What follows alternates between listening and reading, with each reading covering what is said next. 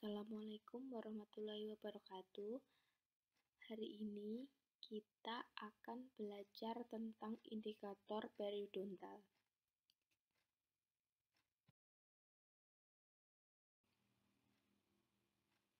Pemeriksaan intraoral dilakukan dalam rongga mulut pasien untuk mengetahui kondisi rongga mulut pasien, baik jaringan keras maupun jaringan lunak.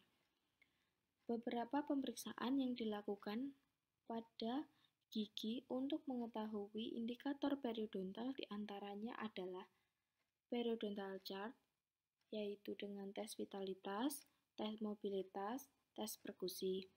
Kemudian BOP atau bleeding on probing, periodontal pocket, resesi gingiva, dan CAL atau clinical attachment loss.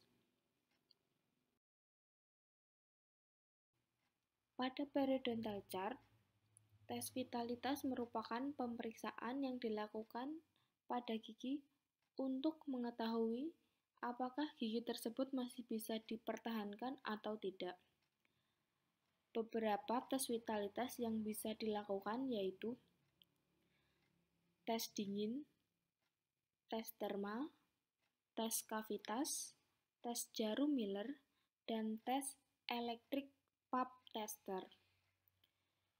Saat ini kita akan melakukan pemeriksaan tes dingin.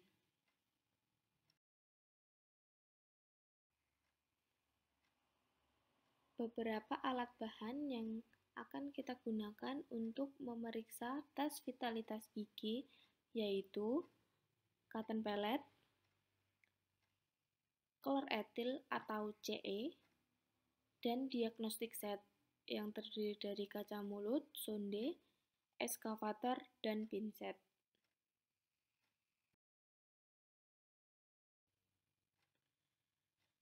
Cara melakukan pemeriksaan vitalitas gigi menggunakan CE atau tes dingin yaitu yang pertama mengisolasi daerah gigi yang akan dilakukan pemeriksaan dengan menggunakan cotton roll maupun rubber dam. Yang kedua, mengeringkan gigi yang akan dilakukan tes vitalitas dan mengeringkan gigi sebelahnya yang sehat. Kemudian, menyemprotkan etil klorida pada cotton pellet sampai terdapat bunga es. Setelah itu, mengoleskan cotton pellet pada sepertiga cervical atau CEC pada gigi yang sehat terlebih dahulu, kemudian mencatat respon pasien. Setelah itu, mengoleskan cotton pellet yang telah disemprot etil klorida pada sepertiga cervical gigi atau CEC di gigi yang akan kita lakukan pemeriksaan. Kemudian catat respon pasien. Apabila hasilnya sama atau dapat merasakan dingin, berarti gigi tersebut masih sehat. Dan apabila ada perbedaan antara gigi yang sehat dan antara gigi yang diperiksa, menandakan bahwa vitalitas pada gigi yang diperiksa sudah menurun.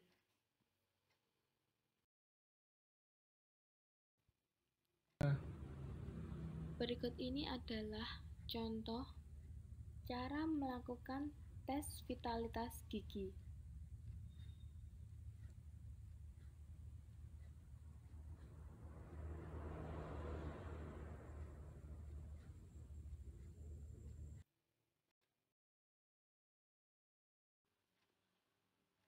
Pada periodontal chart yang kedua yaitu tes mobilitas.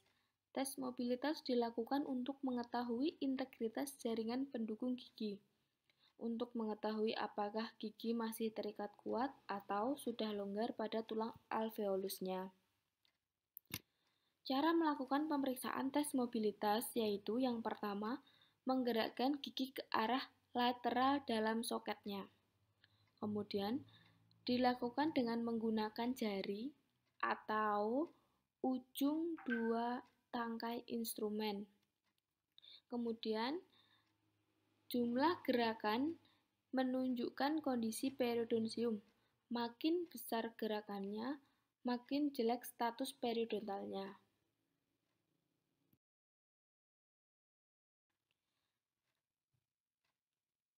Alat bahan yang digunakan pada tes mobilitas yaitu diagnostik set, bisa ujung instrumen kaca mulut dan ujung instrumen sonde.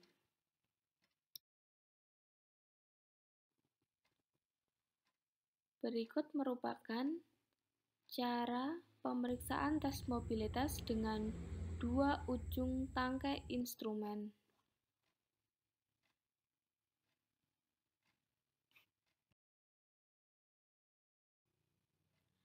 Berikut ini adalah tes mobilitas dengan one instrument atau dengan menggunakan ujung jari dan ujung instrumen.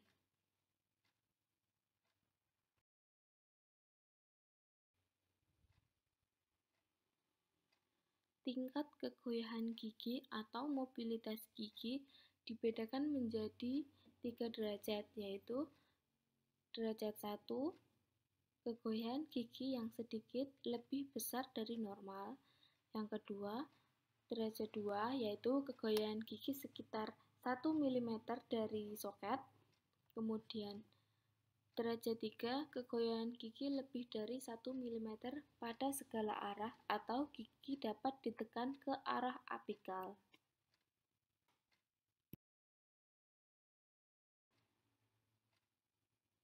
Periodontal chart yang ketiga yaitu tes perkusi. Hal-hal yang perlu diperhatikan dan dicatat dalam pemeriksaan perkusi yaitu adanya rasa nyeri terhadap pukulan atau perkusi yang telah kita lakukan. Pemeriksaan ini bertujuan untuk mengetahui status jaringan periodontium sekitar gigi atau apikal gigi. Terdapat dua metode perkusi yaitu tes perkusi dari arah vertikal dan tes perkusi dari arah horizontal. Tes perkusi dari arah vertikal untuk mengetahui kelainan periapikal disebabkan karena lesi karies. Dan tes perkusi horizontal dilakukan untuk mengetahui kelainan periapikal yang disebabkan karena kerusakan jaringan periodontium.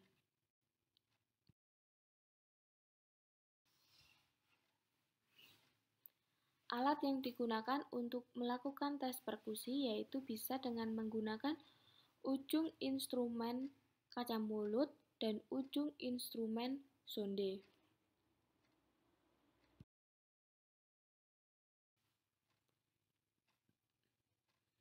Cara melakukan tes pemeriksaan perkusi yaitu pukulan yang cepat dan tidak keras pada gigi.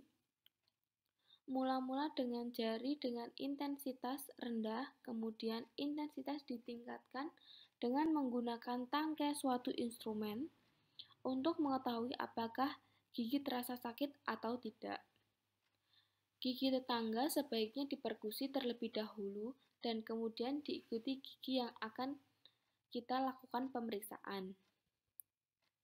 Reaksi yang valid didapatkan dari pergerakan tubuh pasien atau reaksi refleks, bahkan reaksi yang tidak dapat dikatakan.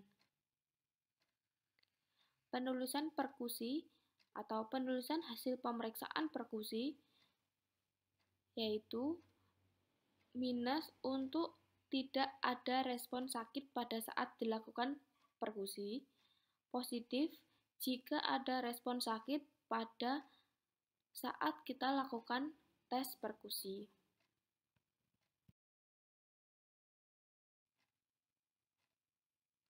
Berikut ini adalah cara melakukan tes pemeriksaan perkusi dari arah vertikal.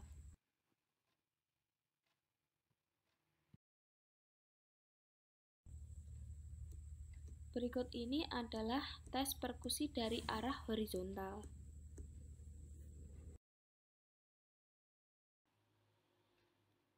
Hasil periodontal chart yang telah kita lakukan dapat ditulis pada form periodontal chart seperti ini.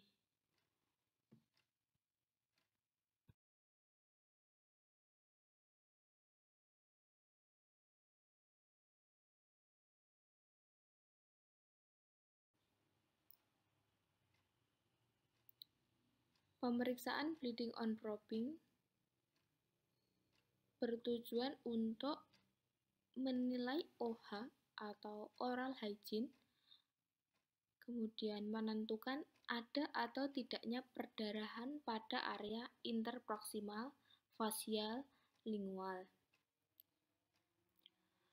Perdarahan pada saat probing terjadi akibat adanya proses peradangan yang melibatkan jaringan gingiva.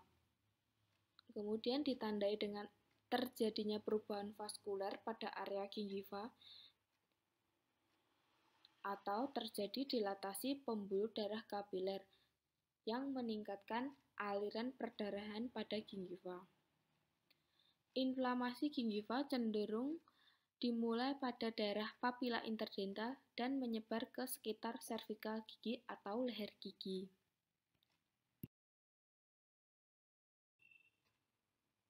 Alat yang dilakukan untuk pemeriksaan BOP atau bleeding on probing yaitu kita menggunakan probe periodontal atau probe WHO dan diagnostic set.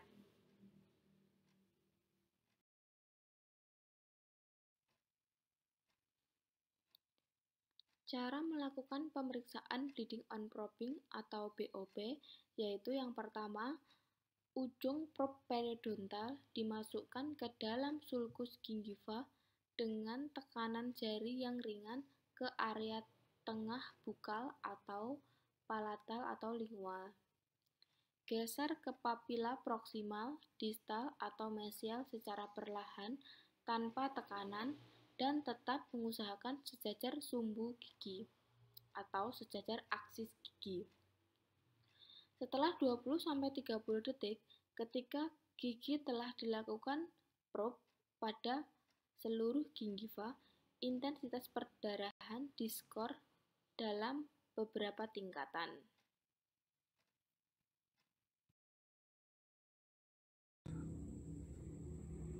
Berikut ini adalah cara melakukan BOP atau bleeding on probing pada gigi yang mengalami inflamasi.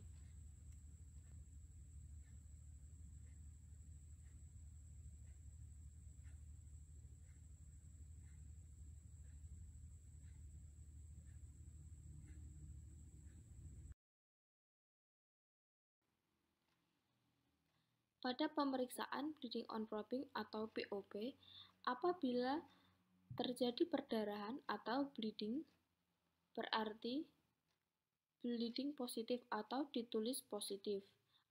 Apabila tidak terjadi perdarahan, maka ditulis negatif.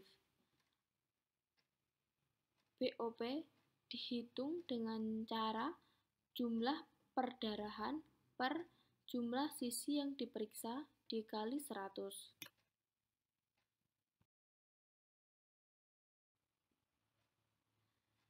Pocket periodontal atau pocket gingiva dilakukan dengan menggunakan probe periodontal di 6 permukaan gigi yaitu mesiofasial, midfasial, distofasial, mesiolingual atau palatal, midlingual atau palatal, distolingual atau palatal. Menentukan gigi yang akan dilakukan pemeriksaan pada setiap setan, yaitu gigi yang memiliki kedalaman pocket minimal 4 mm. Jika terdapat lebih dari satu gigi pada setiap kuadran, maka dipilih hanya satu gigi per kuadran dengan kedalaman pocket yang paling dalam.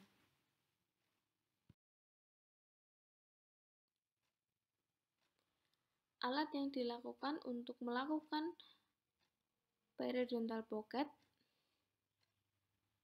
yaitu probe WHO dan diagnostic set.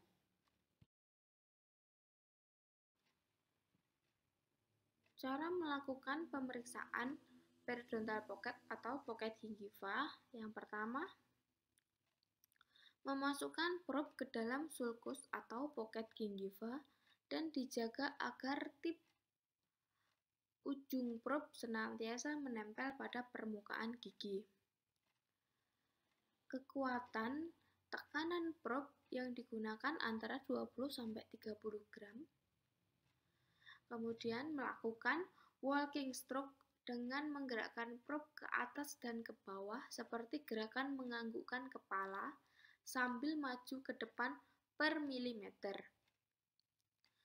Tip probe periodontal tidak boleh sampai keluar dari dalam sulcus atau pocket gingiva. Kemudian melakukan pencatatan kedalaman pocket dengan sistem per 6 sisi.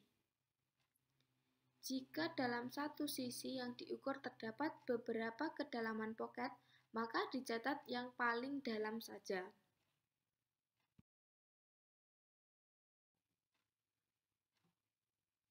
Berikut ini adalah 6 sektan pembagian gigi pada saat melakukan pemeriksaan periodontal pocket atau pocket gingiva.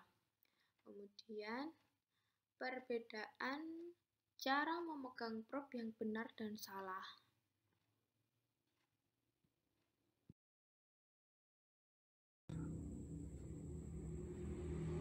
Berikut ini adalah simulasi cara melakukan pemeriksaan periodontal pocket atau pocket gingiva.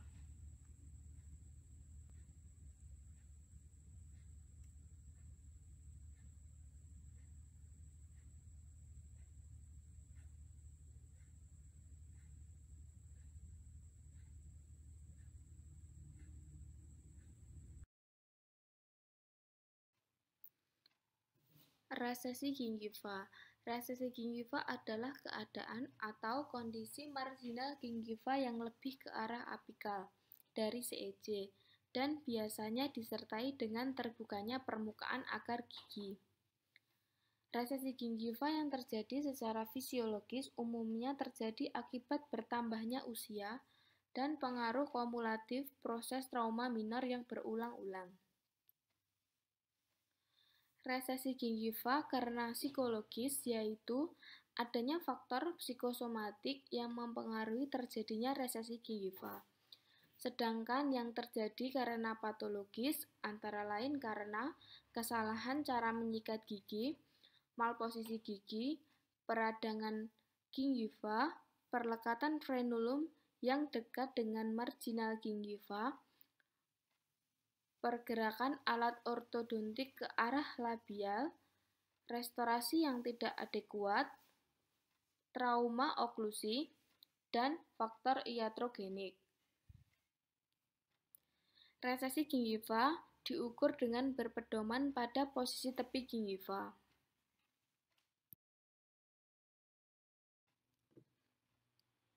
Berikut ini adalah gambaran terjadinya resesi gingiva.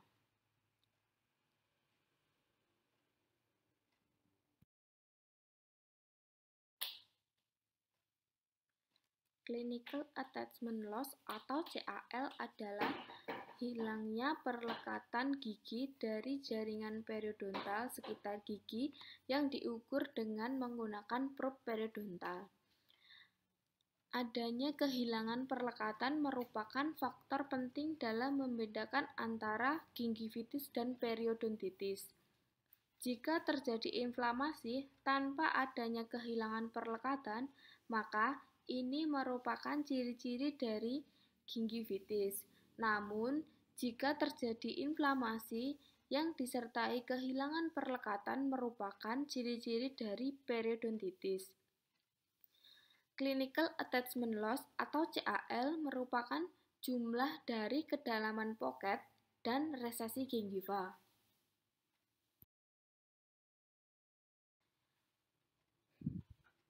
Kriteria kehilangan perlekatan gigi atau clinical attachment loss skor sebagai berikut. Cara menghitung CAL yaitu probing depth atau PD sebesar 4 mm ditambah resesi gingiva yaitu 2 mm, kemudian didapatkan clinical attachment loss yaitu sebesar 6 mm.